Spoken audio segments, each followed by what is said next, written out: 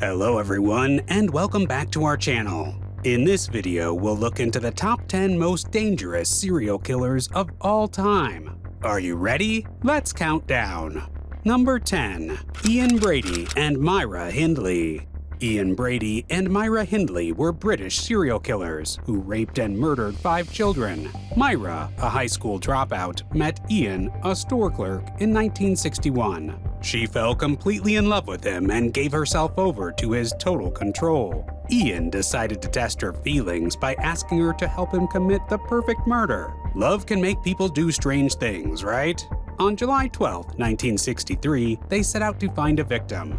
They kidnapped 16-year-old Pauline Reed while she was on her way to a dance, took her back to their apartment, and murdered her. Excited by their first kill, they continued hunting children, proceeding to murder 4 more. Eventually, Hindley's brother-in-law, David Smith, turned the duo into the police after witnessing Brady murder a young boy with an axe. The pair were given multiple life sentences. Myra Hindley died in prison from pneumonia in 2002, and Ian Brady passed away from lung disease in 2017. Number 9. Anthony Kirkland. Anthony Kirkland acknowledged responsibility for the deaths of 4 young ladies, saying, "I've done it. I don't even know why I did it."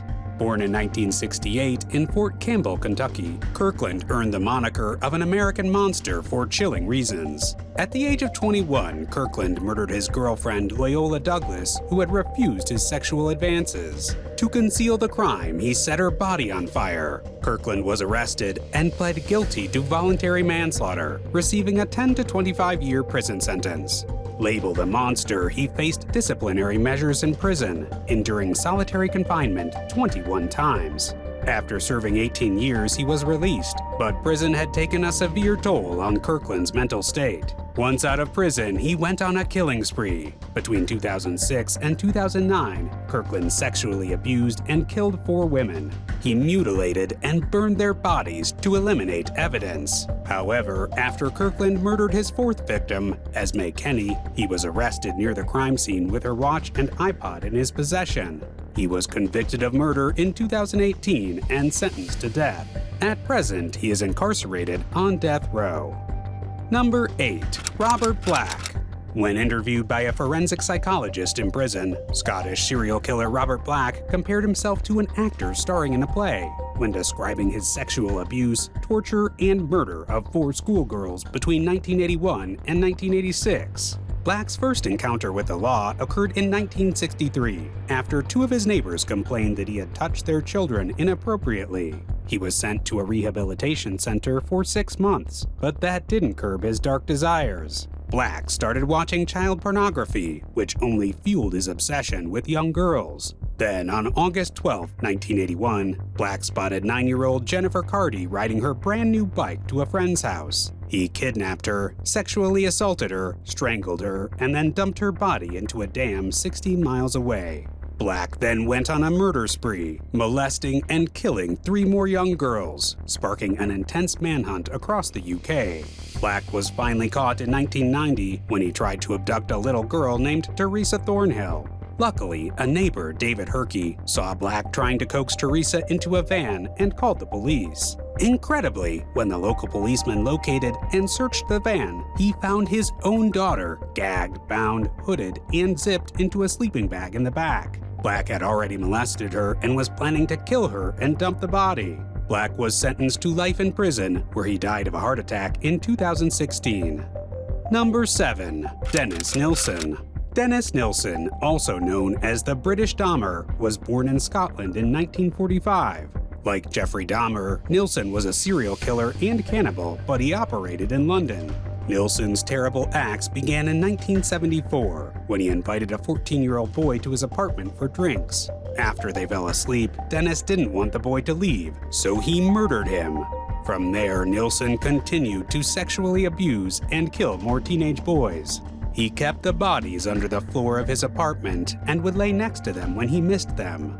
In 1981, Nilsen moved into a new apartment and burned the bodies in his old apartment. However, he ran into trouble in his new place, where he had nowhere to hide the body parts of his victims. Instead, he dismembered them, stored them in plastic bags, and tried to flush some of the remains down the drain, which caused a blockage in the apartment complex's pipes. The neighbors complained, and when plumbers were called to fix the issue, they discovered the human body parts.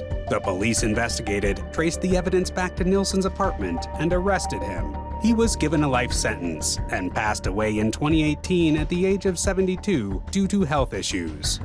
Number 6. Jeffrey Dahmer. Jeffrey Dahmer was a serial killer and necrophiliac who murdered at least 17 men and boys over the course of 13 years. Born in 1960 in Wisconsin, Dahmer seemed like a normal child during his early years, but he later began to exhibit strange behaviors. He developed a fascination with dead animals and amassed a large collection of insects and animal skulls, which he preserved in jars of formaldehyde. He began drinking heavily at age 14 and spiraled out of control, leading to his first murder in June 1978. Dahmer hunted his victims, mostly black men, at gay bars, malls, and bus stops, luring them to his home with promises of money or sex. He would then give them alcohol laced with drugs before strangling them to death. Afterwards, he would often have sex with the corpses before dismembering them, sometimes keeping and freezing their body parts as souvenirs, or cooking and eating their body parts. He frequently took photos of his victims at various stages of the murder process so he could relive the experience. Dahmer's killing spree went unchecked until 1991, when police found one of his potential victims, Tracy Edwards, wandering the streets in handcuffs. Edwards told the police that he had escaped from a weird dude who had drugged and restrained him. When police searched Dahmer's apartment, they found a head in the refrigerator, 3 more in the freezer, and a catalog of other horrors. Dahmer later said that he planned to build a private altar from his victims' skulls, adorned with incense sticks and globe lights. Dahmer received 15 life sentences. However, his prison term was cut short when he was killed by fellow prison inmate Christopher Scarver in 1994. Number 5. John Wayne Gacy.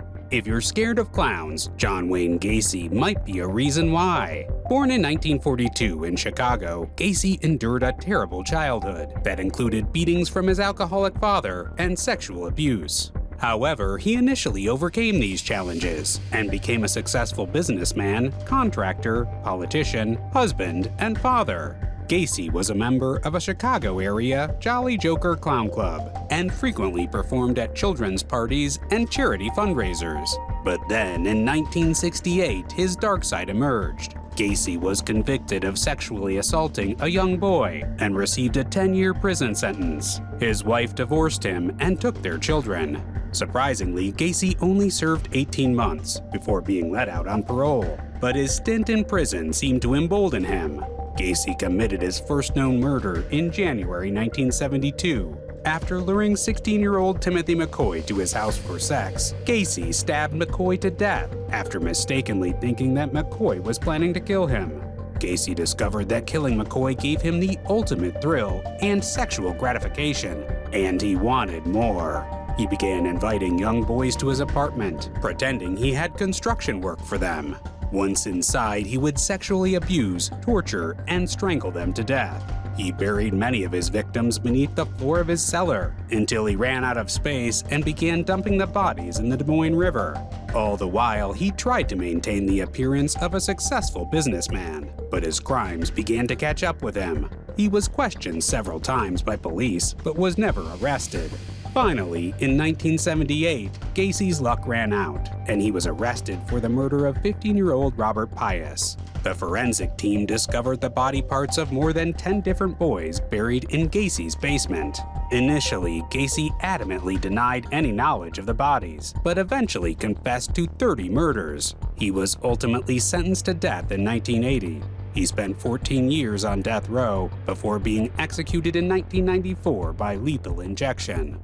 Number 4. Ted Bundy. Ted Bundy was a serial killer, rapist, and necrophiliac who admitted to murdering 36 women, although some experts believe his actual victim count may have been more than 100.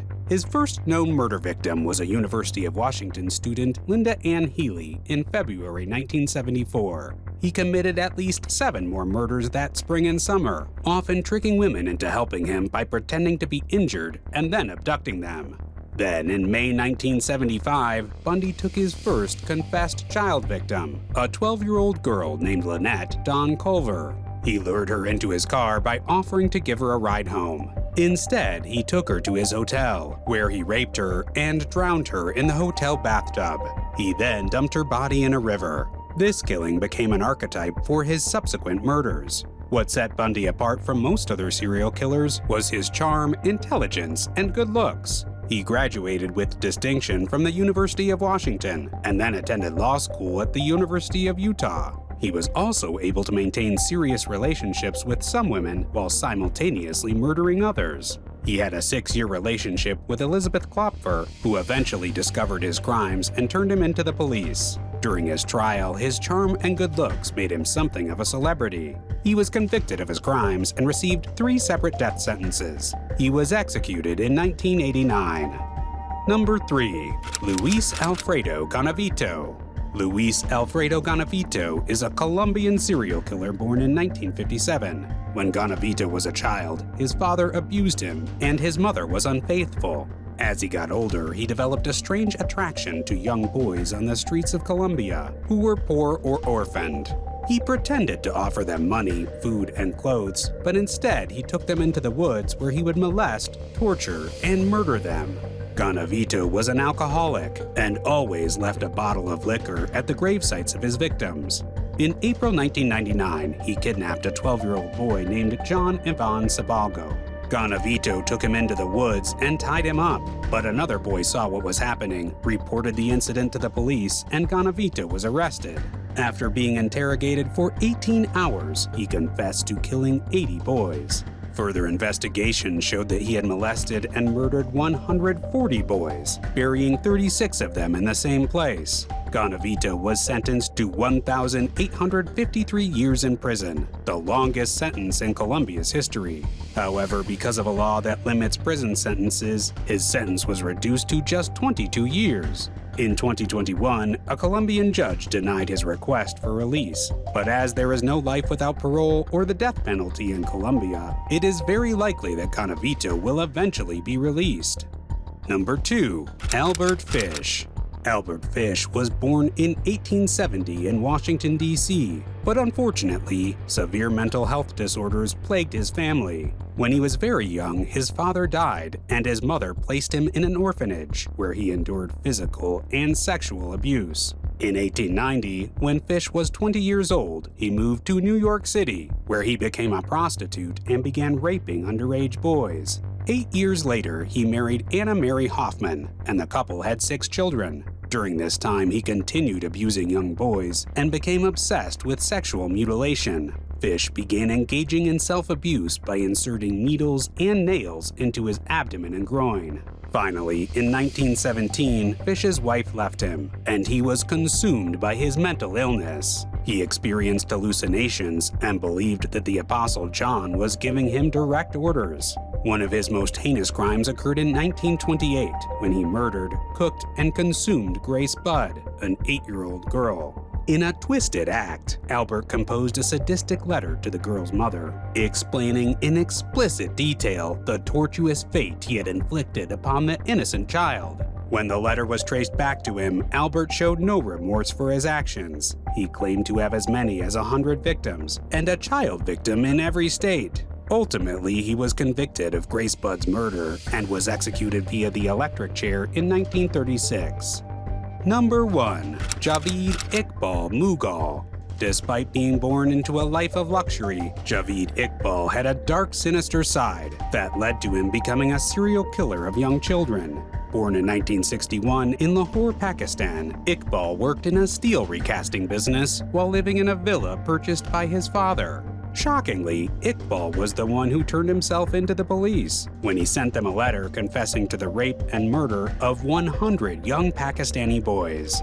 Iqbal mostly preyed on runaways, orphans, or hungry children on the streets. He claimed to take care of them before sexually abusing, murdering them, and dismembering their bodies. In his confession letter, Iqbal revealed that his motive for these murders was rooted in a perceived injustice. He believed that the police had unfairly arrested him for sodomizing a young runaway boy in the 1990s. While the police did not bring any charges, this fueled his thirst for vengeance. Iqbal vowed to make 100 mothers experience the pain and suffering that his own mother had experienced. Pakistan initiated a nationwide manhunt for Iqbal, who evaded capture for a month before turning himself in. He was sentenced to death by hanging, with a judge decreeing that his body should be cut into 100 parts and dissolved in acid. However, the Pakistani government declared that this punishment was not allowed under human rights laws.